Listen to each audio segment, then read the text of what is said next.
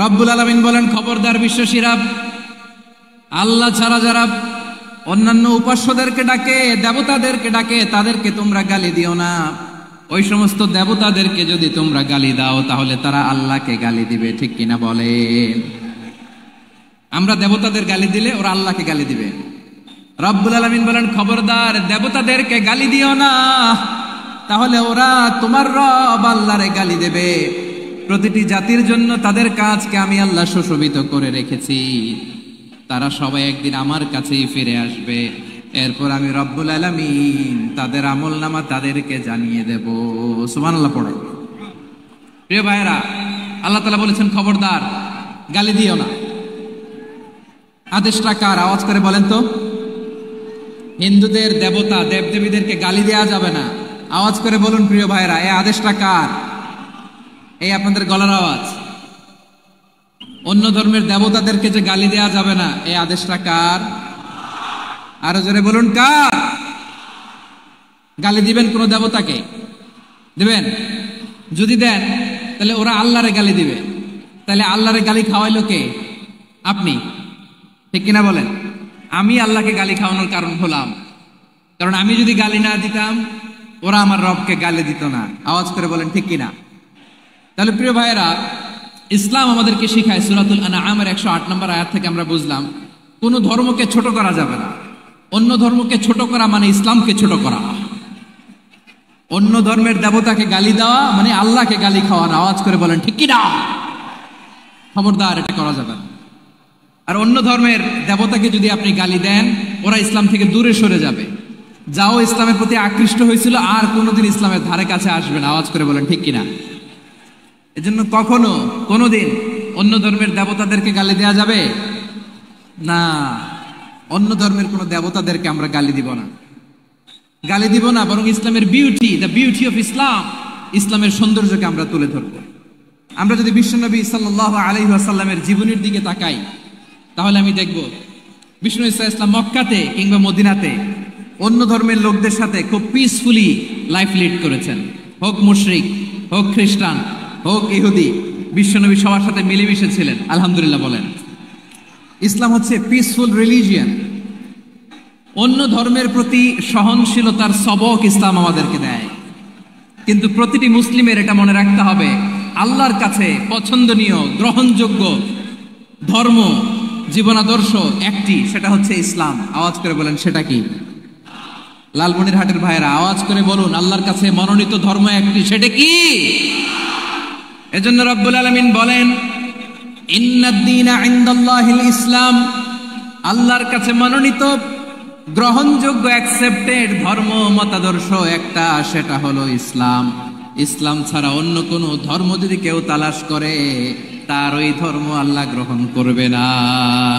ওমাইয়াবতাগি গায়রাল ইসলামি দীনান ফালাই ইউকবালা মিন ওয়া হুয়া ফিল আখিরাতি মিনাল খাসিরিন।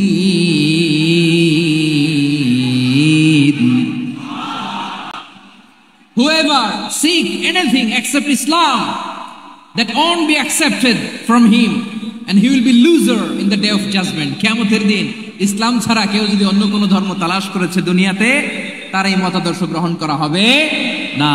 and he will be loser, সে হবে লুজার, ক্ষতিগ্রস্ত, হাই হাই কোম্পানির ম্যানেজার। ওর আমও শেষ, সালাও শেষ। আওয়াজ করে বলেন ঠিক কি না? এজন্য ইসলাম পেয়ে আমরা খুশি না বেজার? প্রত্যেক নামাজ শেষে আমরা আল্লাহরে বলি, আল্লাহ রাদিতু বিল্লাহি রাব্বা ওয়া বিল ইসলামি দীনা ওয়া বি মুহাম্মাদিন নাবিয়ান ওয়া রাসূলা। ও আল্লাহ, তোমারে রব হিসেবে পেয়ে আমরা খুশি। ও আল্লাহ, ইসলামকে ধর্ম হিসেবে পেয়ে আমরা খুশি। বিশ্বনবীকে আমাদের রাসূল পেয়ে আমরা খুশি। ঠিক কিনা বলেন? ইসলাম ছাড়া অন্য কোনো ধর্ম আমরা গ্রহণ করব না। ঠিক কিনা বলেন? আল্লাহর কাছে অ্যাকসেপ্টেড রিলিজিয়ান একটা, সেটা ইসলাম। তো বিশ্বনবী সাল্লাল্লাহু আলাইহি ওয়াসাল্লাম মক্কাতে কিংবা মদিনাতে খুব পিসফুলি এক্সিস্ট করেছেন, যে কোনো ধর্মের সাথে মিলেমিশে চলেছেন। তার প্রমাণ আমরা যদি রাসূল সাল্লাল্লাহু আলাইহি ওয়াসাল্লামের বায়োগ্রাফির দিকে তাকাই তাহলে দেখব তিনি মুশরিকদের সাথে পিস ট্রিটি করেছেন, শান্তি চুক্তি, পিস ট্রিটি, পিস এগ্রিমেন্ট। আপনারা হুদাইবিয়ার সন্ধির নাম শুনেছেন? আমার লালমনিরহাটের কলিজার টুকরা ভাইয়েরা, হুদাইবিয়ার সন্ধির নাম আপনারা শোনেন নাই? ষষ্ঠ হিজরিতে বিষ্ণু ঈসা ইসলাম মুশরিকদের সাথে এই ট্রিটি করেছেন, চুক্তি। কাদের সাথে? মুশরিকদের সাথে। আমরা তো মুসলমান বসতে পারি না, আমরা দুই মুসলিম ভাই একসাথে বসে চা খেতে পারি না, গল্প করতে পারি না। বিষ্ণু ঈসা ইসলাম মুশরিকদের সাথে ট্রিটি করেছেন, হুদাইবিয়ার সন্ধি। এই সন্ধির আগে মক্কা থেকে কেউ মদিনায় যেতে পারে না, মদিনা থেকে কেউ মক্কায় যেতে পারে না। কিন্তু এই সন্ধির পরে ট্রাফিক স্বাভাবিক হয়ে গেল, মক্কার লোকেরা মদিনায় আসতে পারে, মদিনার লোকেরা মক্কায় আসতে পারে। এটাকে বলে সুলহ Hudaibiya, the peace agreement of Hudaibiya, শান্তি চুক্তি। আমরা পৃথিবীতে এখন অনেক শান্তি চুক্তির নাম শুনি, এগুলো সব the piece treaty of Hudaibiya থেকে কপি করা। আল্লাহু আকবার। তাহলে বিশ্বনবী সাল্লাল্লাহু আলাইহি সাল্লাম তিনি যে শান্তিপূর্ণ সহাবস্থানে বিশ্বাসী ছিলেন, মুসলমানেরা যে অন্য ধর্মের প্রতি সহনশীল তার প্রমাণ হচ্ছে এই পিস ট্রিটি। শুধু তাই নয়, মাইকের সাউন্ডটা একটু বাড়াই দিতে হবে, খুব দুর্বল, একটু মজবুত করতে হবে, আর একটু ক্লিন করতে হবে, আর সবগুলা জায়গায় সাউন্ড যাচ্ছে কিনা একটু ক্রস চেক করতে হবে। হ্যাঁ, পাবেন দিচ্ছে mic operator, is trying his level best, দিচ্ছে। মাইক অপারেটর যিনি আছেন, প্রতিটি জায়গায় প্রতিটি সাউন্ড বক্সে যেন আওয়াজ পাওয়া যায়, একটু ক্রস চেক করেন, সাউন্ডটাকে একটু স্ট্রং করে দেন। হ্যাঁ, ঠিক আছে, মাশাআল্লাহ। এদিকে তাকান, এদিকে। মক্কার পার্ট গেল, পিস এগ্রিমেন্ট করলেন, শান্তি চুক্তি। বিষ্ণু ঈসা ইসলাম মদিনায় যে কি করলেন? মদিনায় যে বিষ্ণু ঈসা ইসলাম মদিনা চার্টার করলেন, মদিনা সনদ, সাহিফাতুল মদিনা, এটার বলে মদিনা চার্টার। যে ওয়েস্টে, ইউরোপে, আমেরিকাতে তারা অনেক চার্টার করে, সব চার্টার মদিনা চার্টার থেকে কপি করা। আওয়াজ করে পড়েন সুবহানাল্লাহ। বিষ্ণু ঈসা ইসলাম মদিনায় গেলেন, মদিনাতে মুসলিম, মুশরিক, ইহুদি, এই তিন ধর্মের লোক মিলে সব স্টেক হোল্ডার যারা আছে সবাইকে নিয়ে বিষ্ণু ঈসা ইসলাম মদিনা চার্টার করলেন, মদিনা সনদ। পড়েন সুবহানাল্লাহ। শুধু তাই নয়, মক্কাতে বিশ্বনবী পিস এগ্রিমেন্ট করলেন, শান্তি চুক্তি মুশরিকদের সাথে। মদিনাতে যে বিশ্বনবী মদিনা চার্টার করলেন, মদিনা সনদ করলেন ইহুদিদের সাথে। আবার মদিনাতে বিশ্বনবী ইহুদিদের সাথে পিস ডায়ালগ করলেন, ইন্টারফেথ ডায়ালগ করলেন, আন্তধর্মীয় সংলাপ করলেন, যেই সংলাপের মূল ভিত্তি ছিল তাওহীদ। মূল ভিত্তি ছিল কি? তাওহীদ। বিশ্বনবী ইহুদিদেরকে ডাকলেন, আহ্বান করলেন, কুল ইয়া আহলাল কিতাবি তাআলাউ ইলা কালিমাতিন সাওয়াইন বাইনানা ওয়া বাইনাকুম আল্লা না'বুদা ইল্লাল্লাহ ওয়া লা নুশরিকা বিহি শাইআন ওয়া লা ইয়াত্তাখিযা বা'দুনা বা'দান আরবাবাম মিন দুনিল্লাহ فإن تولوا فقولوا اشهدوا بأننا مسلمون। সুবহানাল্লাহ পড়েন। বিশ্বনবী মদিনার ইহুদিদের ডেকে বললেন, ও ইহুদিরা, শোনো শোনো, আসো এমন একটা আদর্শের প্রশ্নে আমরা একত্রিত হই, যে আদর্শের প্রচার তোমাদের নবীরাও করেছে, আমিও করি, যে আদর্শের কথা তোমাদের পবিত্র ধর্মগ্রন্থগুলোতে আছে, আমার কোরআনেও আছে। সেটা হলো তাওহীদ। আমরা এক আল্লাহ ছাড়া কারো ইবাদত করব না, আল্লাহর সাথে কাউরে শরীক করব না, আল্লাহ ছাড়া কাউরে রব মানব না। পড়েন সুবহানাল্লাহ।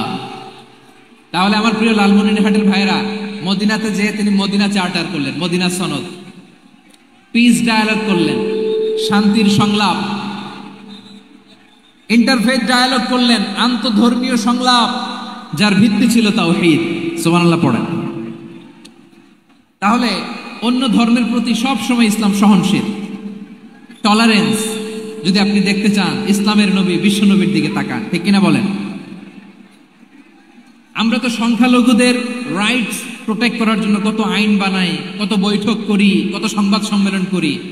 বিষ্ণু সাল্লাল্লাহু আলাইহি ওয়াসাল্লাম সংখ্যালঘুদের রাইটসের ব্যাপারে, অধিকারের ব্যাপারে যে কথা বলেছেন, শুনলে আপনি অবাক হয়ে যাবেন।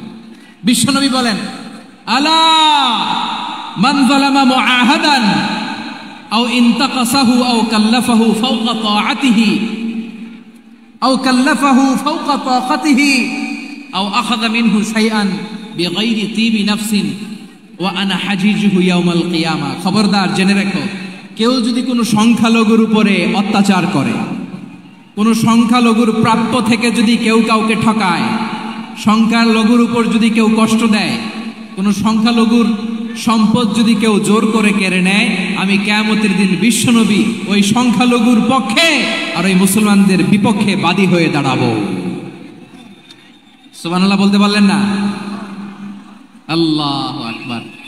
আপনি নামাজি, আপনি মুসল্লি, আপনি হাজী সাহেব, তাহাজ্জুদ পড়তে পড়তে কপালে দাগ ফেলে দিছেন, আপনার প্রতিবেশী হিন্দু, ভাবছেন আমার তো পাওয়ার আছে, ওর জমিটা দখল করি।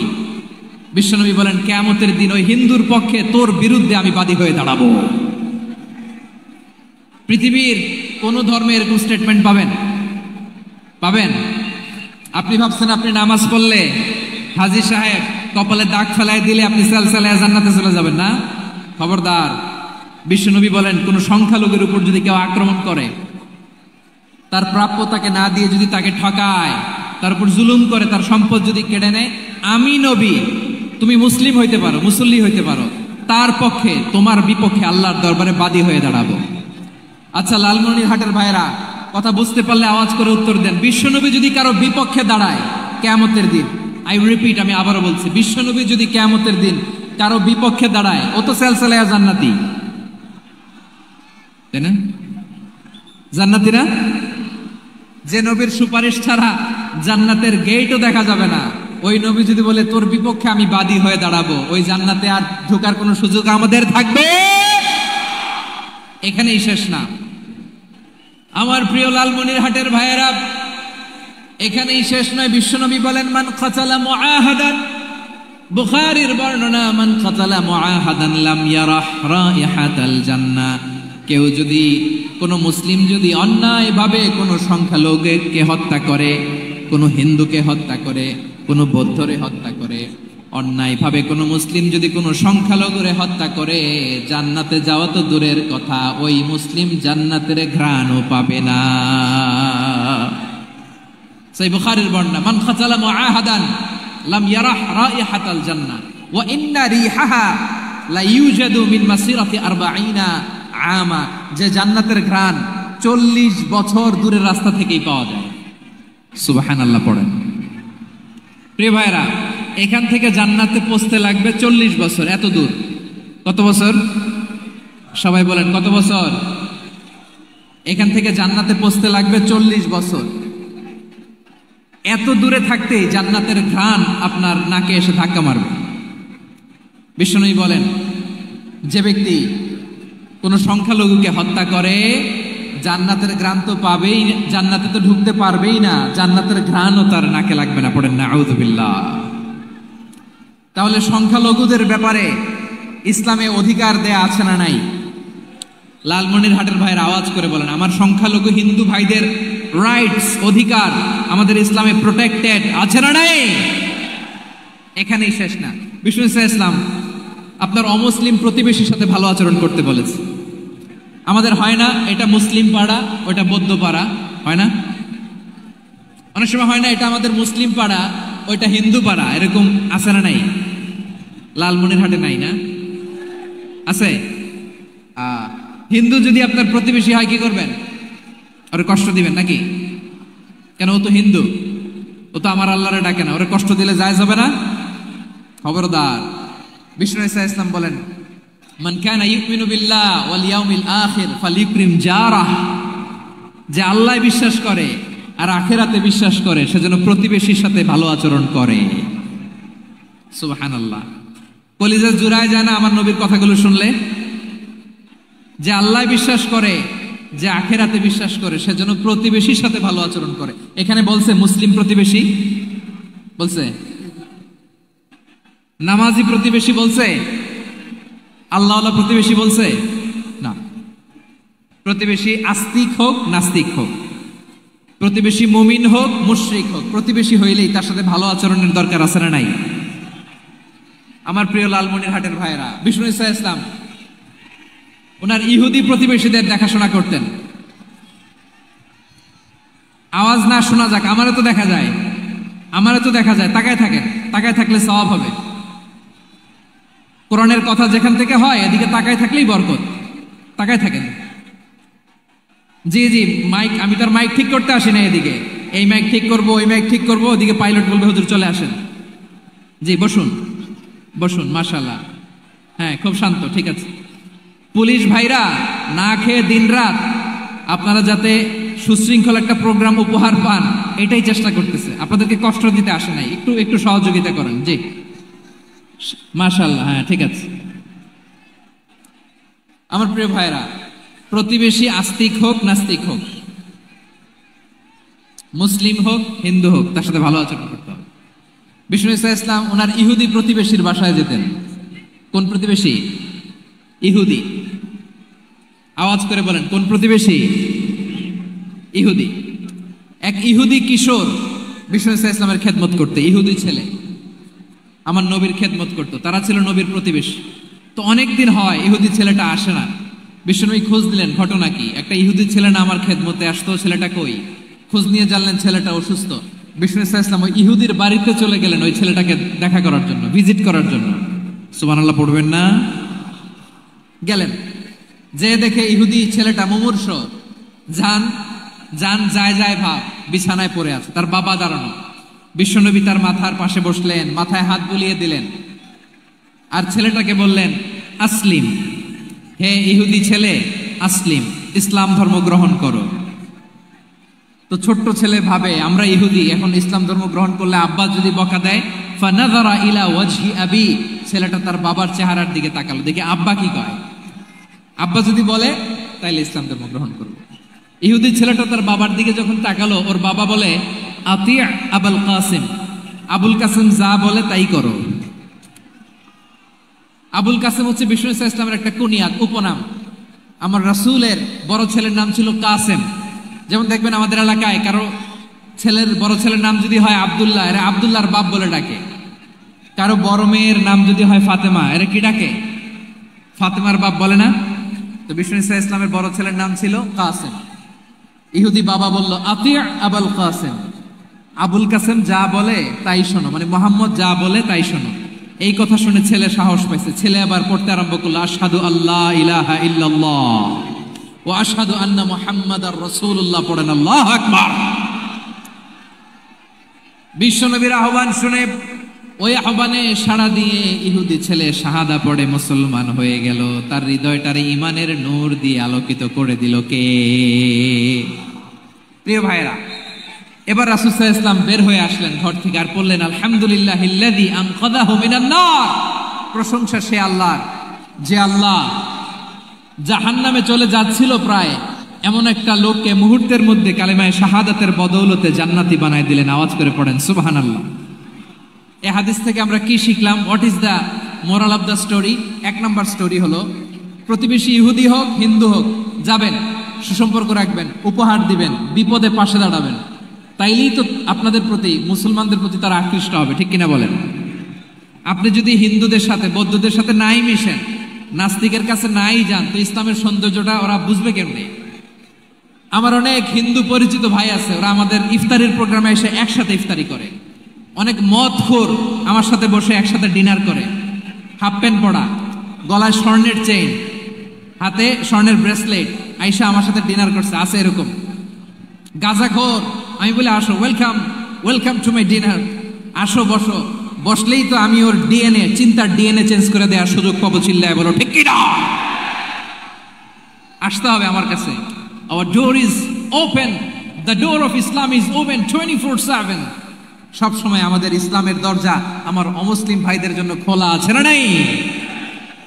এই হাদিস থেকে দুইটা শিক্ষা। এক নম্বর শিক্ষা, প্রতিবেশী মুসলিম হোক অমুসলিম হোক, যান, অসুস্থ হইলে একটু আপেল নিয়ে যান, আঙ্গুর নিয়ে যান, কমলা নিয়ে যান, তাদের সাথে ভালো আচরণ করেন।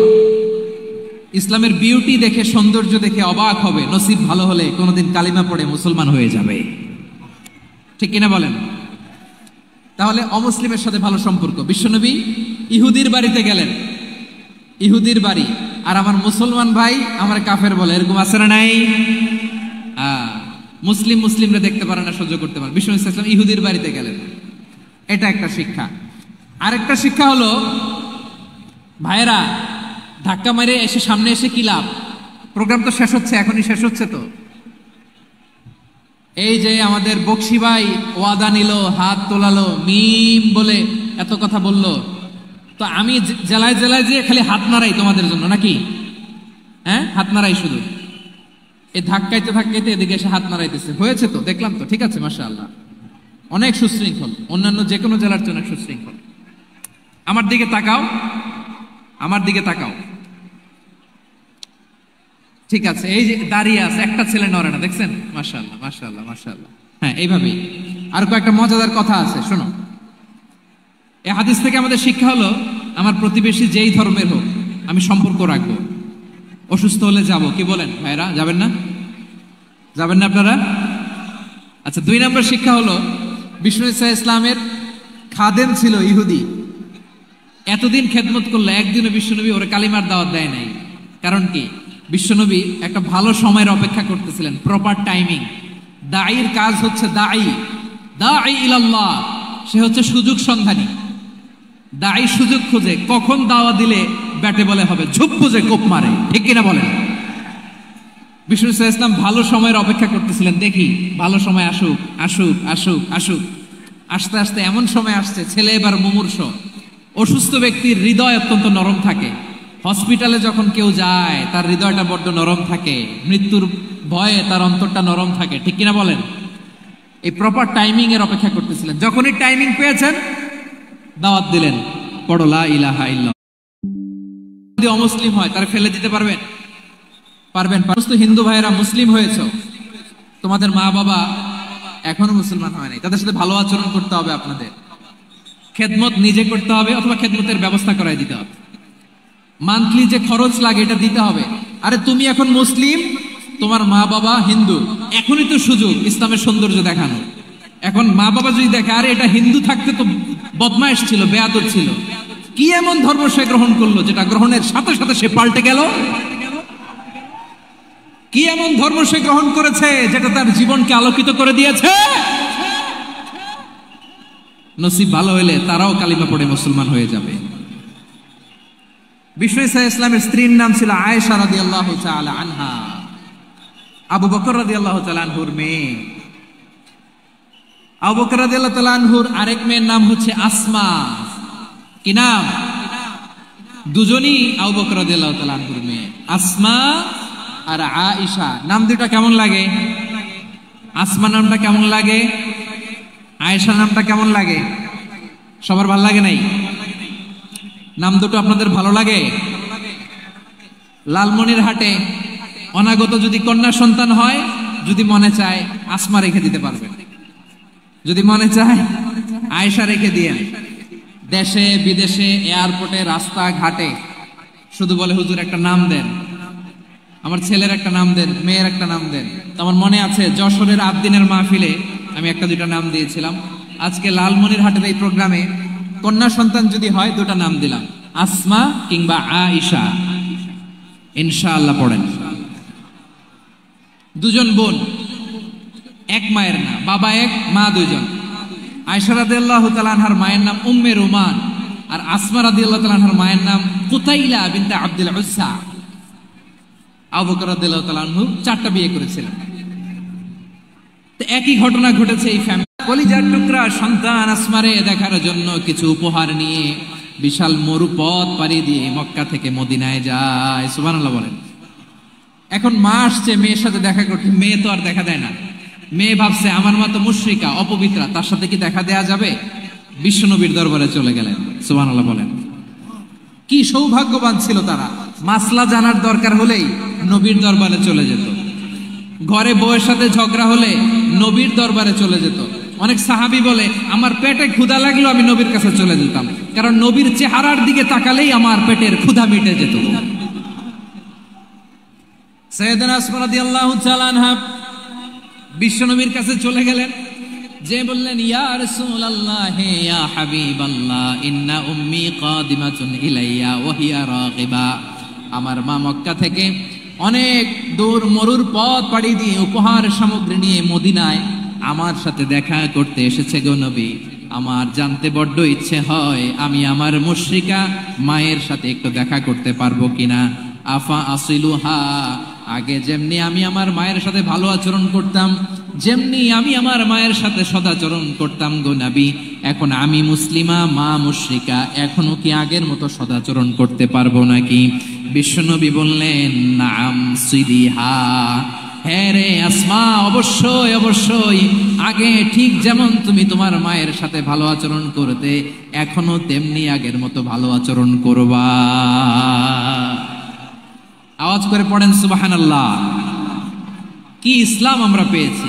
কত ব্রড মাইন্ডেড আমাদের ইসলাম, কত ওপেন মাইন্ডেড ইসলাম, কত ওপেন আপ করতে পারে, চিন্তা করতে পারেন। বিষ্ণু বললেন, হ্যাঁ অবশ্যই, নাম সুলিহা, আগে যেমনি ভালো আচরণ করছো আসমা, এখন ওই রকমই করো, পারলে আরো বাড়ায় করো। সুবহানাল্লাহ বলেন।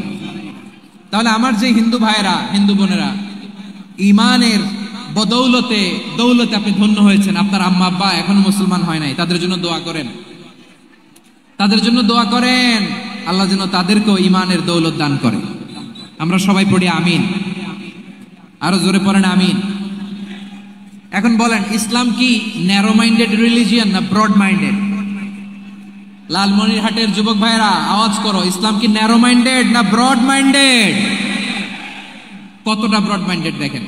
বিশ্বনবী সাল্লাল্লাহু আলাইহি সাল্লাম অমুসলিমরা যদি নবীকে উপহার দিত, ওই উপহারও বিশ্বনবী গ্রহণ করতেন। সুবহানাল্লাহ পড়েন। আপনার অমুসলিম বন্ধু যদি উপহার দেয়, সেটাও আপনি নিতে পারবেন, যেটা নেওয়া যায়। কিন্তু আপনার বন্ধু যদি আপনার মদের বোতল দেয়, নিতে পারবেন? হ্যাঁ, মদের বোতল দিলে পারবেন। আপনার বন্ধু যদি আপনার পর্ক দেয়, পর্ক, শুকরের গোশত মিশ্রিত কোনো খাবার, ওটা নিতে পারবেন না। হালাল যে কোনো জিনিস নিতে পারবেন। বিশ্বনবী সাল্লাল্লাহু আলাইহি ওয়াসাল্লাম অমুসলিমদের দেয়া হাদিয়া গ্রহণ করতেন। কেমন নবী ছিলেন! আমার নবীরে চিনে নেন, আমার নবীর অ্যাটিটিউড জেনে নেন। বিশ্বনবী সাল্লাল্লাহু আলাইহি ওয়াসাল্লাম যখন কোনো জনপদে যেতেন, 3টা অপশন নিয়ে যেতেন। প্রিয় ভাইয়ের আওয়াজ করে বলতে হবে, কোন জনপদে গেলে আমার নবীর অপশন থাকতো কয়টা? আমার মতো 3 আঙ্গুল উঁচু করে দেখান আর বলুন, আমার নবী কোন জনপদে গেলে কয়টা অপশন নিয়ে যেতেন? 1 নাম্বার অপশন, আসলিম তাসলাম। নতুন এলাকায় গেলে বলতেন আসলিম তাসলাম, ইসলাম ধর্ম গ্রহণ করো, শান্তিতে থাকবা, আমার ভাই হয়ে যাবে, আমরা ভাই ভাই, ইসলাম মানো, আমরা ভাই ভাই। অপশন নাম্বার কত? 1।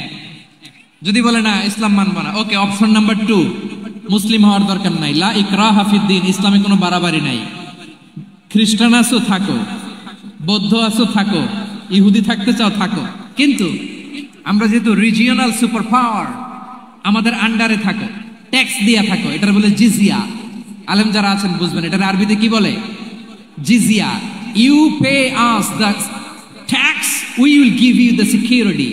তোমরা ট্যাক্স দিবা, আমরা সিকিউরিটি দিব, আমাদের আওতায় থাকবা, কেউ তোমাদেরকে আক্রমণ করতে পারবে না, আমরা নিরাপত্তা দিব। সুবহানাল্লাহ বলেন। এটা অপশন নাম্বার কত? আচ্ছা, বুঝে থাকলে বলেন, 1 নাম্বার অপশন কি ছিল? ইসলাম।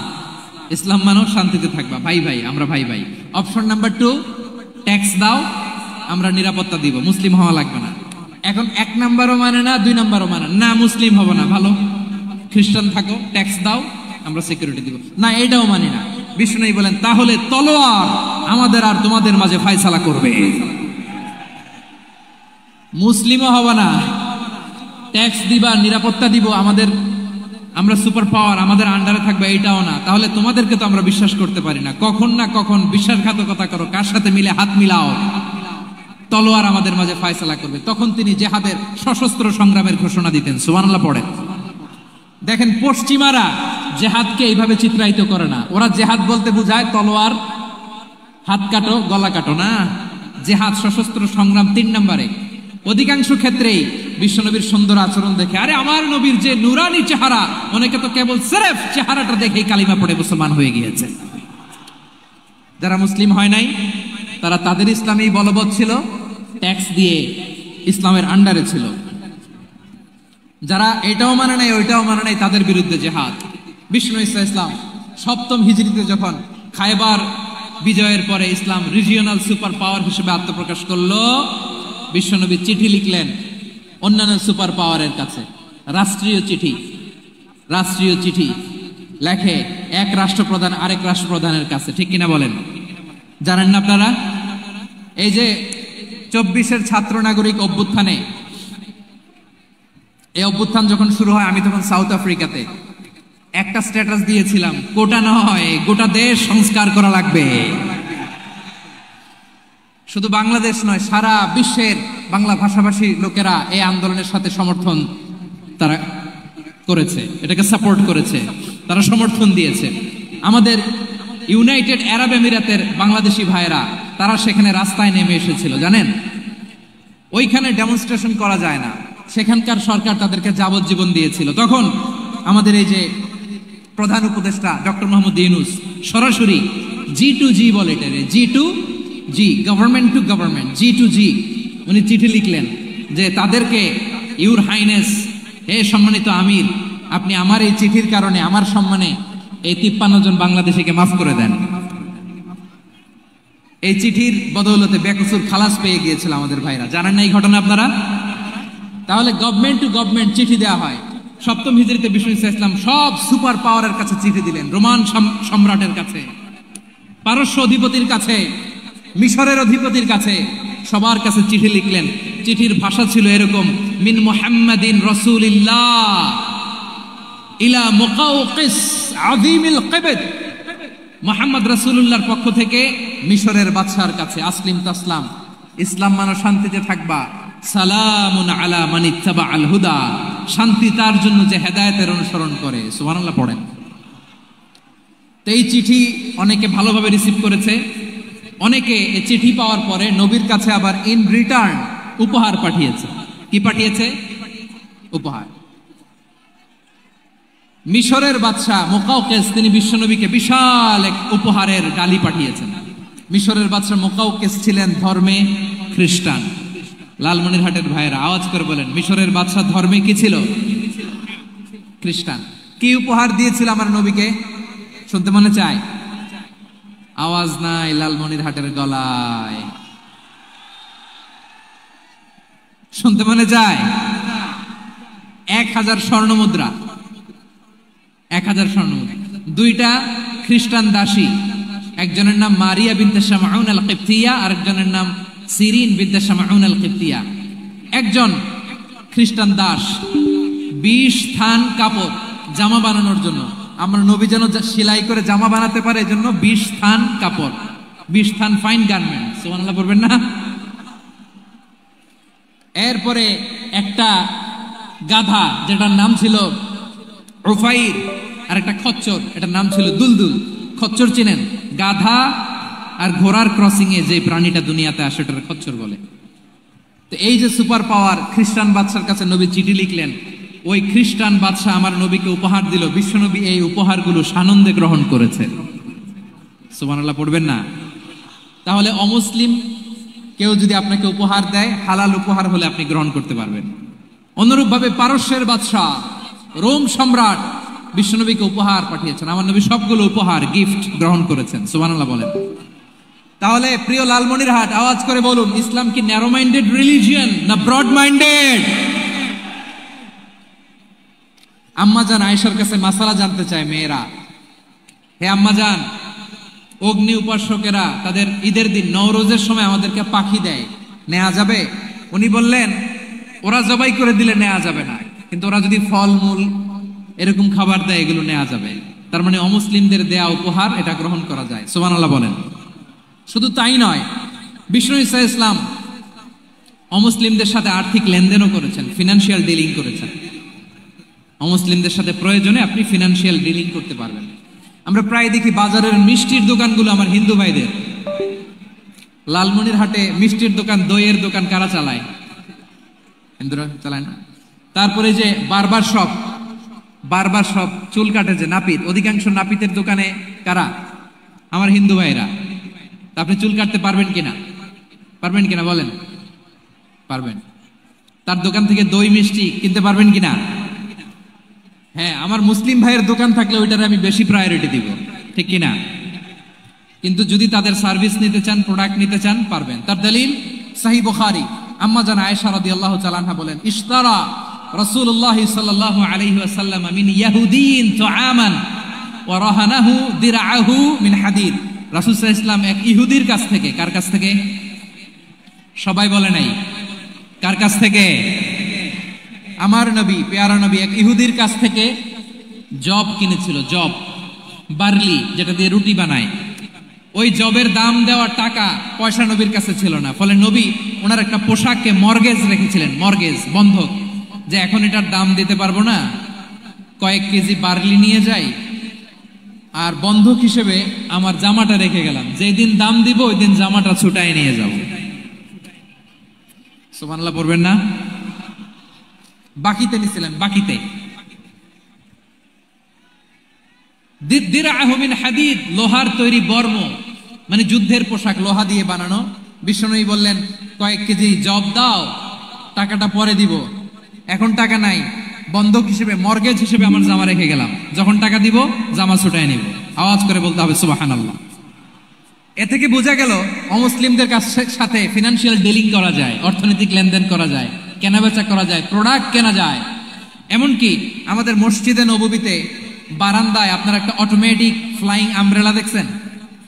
সূর্য যখন বাড়ে মসজিদে নববীর বারান্দায় ইয়ার্ডের মধ্যে অটোমেটিক্যালি কিছু আমব্রেলা আছে, শাঁ করে খুলে যায়, আর সূর্যের তাপ লাগে না। আবার সন্ধ্যাবেলায় এই আমব্রেলাগুলো ওরা ক্লোজ করে ফেলে, দেখেন নাই না? দেখছেন? এই মসজিদে নববীকে সর্বোচ্চ উন্নত মানের কনস্ট্রাকশন ইনফ্রাস্ট্রাকচার ডেভেলপ করার জন্য কর্তৃপক্ষ কিছু অমুসলিম ইঞ্জিনিয়ারের, ডিজাইনারের সহায়তা নিয়েছিল। সুবহানাল্লাহ বলেন। কোন দলিলের ভিত্তিতে? এই দলিলের ভিত্তিতে যে বিষ্ণু ঈসা ইসলাম অমুসলিমদের সাথেও লেনদেন করেছেন। আওয়াজ করে বলতে হবে আল্লাহু আকবার। শুধু তাই নয়, ইন কেস অফ ইমার্জেন্সি, প্রয়োজনে ইসলামের খাতিরে, ইসলামকে সামনের দিকে এগিয়ে নিয়ে যাওয়ার জন্য অমুসলিমদের সাপোর্ট নেওয়া জায়েজ আছে। সুবহানাল্লাহ বলেন। অমুসলিমদের সাপোর্ট নেয়া, তাদের থেকে অর্থ নেয়া, পলিটিক্যাল সাপোর্ট, পলিটিক্যাল অ্যাসাইলাম নেওয়া জায়েজ আছে। আমাদের অনেক বিশ্ববরেণ্য দায়ীরা আমেরিকায় অস্থায়ীভাবে অ্যাসাইলাম নিয়ে থাকে, নিজের দেশে গেলে ফাঁসিতে ঝুলাই দিবে। যুগ যুগ ধরে দায়ীদের উপরে এরকম অত্যাচার আর নির্যাতন আছে না নাই? মিশরের অনেক দায়ীরা পাশ্চাত্যে যেয়ে থাকে। এই যে তারা পলিটিক্যাল অ্যাসাইলাম নিয়ে থাকে, রাজনৈতিক আশ্রয়, এটা জায়েজ আছে না? এটা যে জায়েজ আছে তার প্রমাণ স্বয়ং বিশ্বনবী সাল্লাল্লাহু আলাইহি ওয়াসাল্লাম পলিটিক্যাল সাপোর্ট নিয়েছিলেন অমুসলিমদের কাছ থেকে। সুবহানাল্লাহ বলেন। খুব মজাদার একটা ঘটনা, শুনবেন? আপনাদের আগ্রহ দেখে তো মনে হয় না শোনার ইচ্ছা আছে। আছে, আছে, গলায় জোর আছে।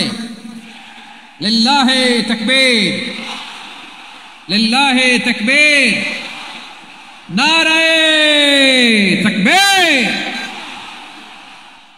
মাশাআল্লাহ।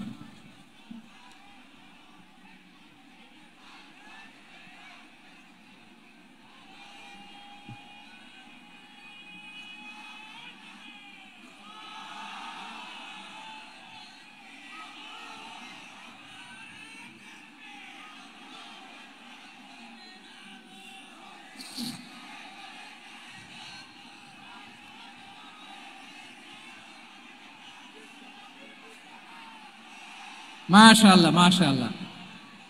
থামুন, থামুন আমার ভাইরা। বিশ্বনবীর বয়স তখন প্রায় 51 বছর। কত বছর? বিশ্বনবীর সবচেয়ে কাছের মানুষ খাদিজা রাদিয়াল্লাহু তাআলা আনহা ইন্তেকাল করেছেন। বিশ্বনবী বড্ড কষ্ট পেলেন, হৃদয়টা ভেঙে খান খান।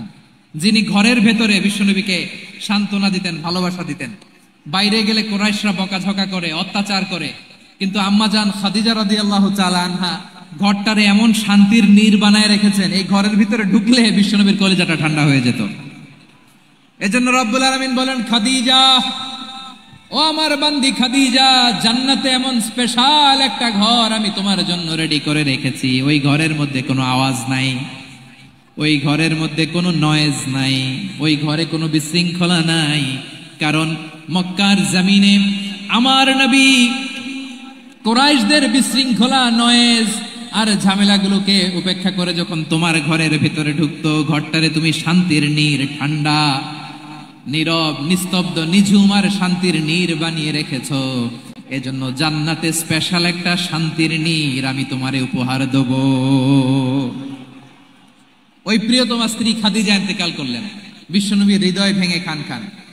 আবার ওনার চাচা আবু তালেব ইন্তেকাল করলেন, যিনি পলিটিক্যাল শেল্টার দিতেন নবীকে। কে দিতেন? আবু তালেবের ভয়ে, বিশ্বনবীর এই চাচার ভয়ে কোন মুশরিক নবীর গায়ে হাত দেওয়ার সাহস পায় নাই। এখন স্ত্রীও নাই, চাচাও নাই, নবীকে আশ্রয় দেওয়ার কেউ নাই, নবীর চারদিকে অন্ধকার। নবী এখন কই যাবেন? আমার পেয়ারা নবী নতুন স্টেশন খুঁজতেছেন, নতুন দাওয়াতি প্ল্যাটফর্ম খুঁজতেছেন। তিনি যায়েদ বিন হারেসা রাদিয়াল্লাহু তাআলা আনহুকে নিয়ে মক্কার পাশের একটা নেইবরিং সিটি তায়েফে চলে গেলেন। কোথায় চলে গেলেন? লালমনিরহাটের ভাইয়ের আওয়াজ করে বলেন, কোথায় গেলেন? তায়েফে চলে গেলেন দিনের দাওয়াত দেওয়ার জন্য। কি দেওয়ার জন্য? নাকি জমি কিনতে গেছিলেন? জমি কিনতে, দুনিয়ার যশ খ্যাতির জন্য, নিজের কোনো লাভের জন্য? তায়েফবাসীদেরকে জাহান্নামের আগুন থেকে বাঁচানোর জন্য। আওয়াজ করে বলতে হবে ঠিক কিনা? বিশ্বনবী বিশাল মরুপথ, পাহাড়ি পথ পাড়ি দিয়ে তায়েফের মরুজমিনে গেলেন কোরআনের দাওয়াত নিয়ে, ইমানের দাওয়াত নিয়ে।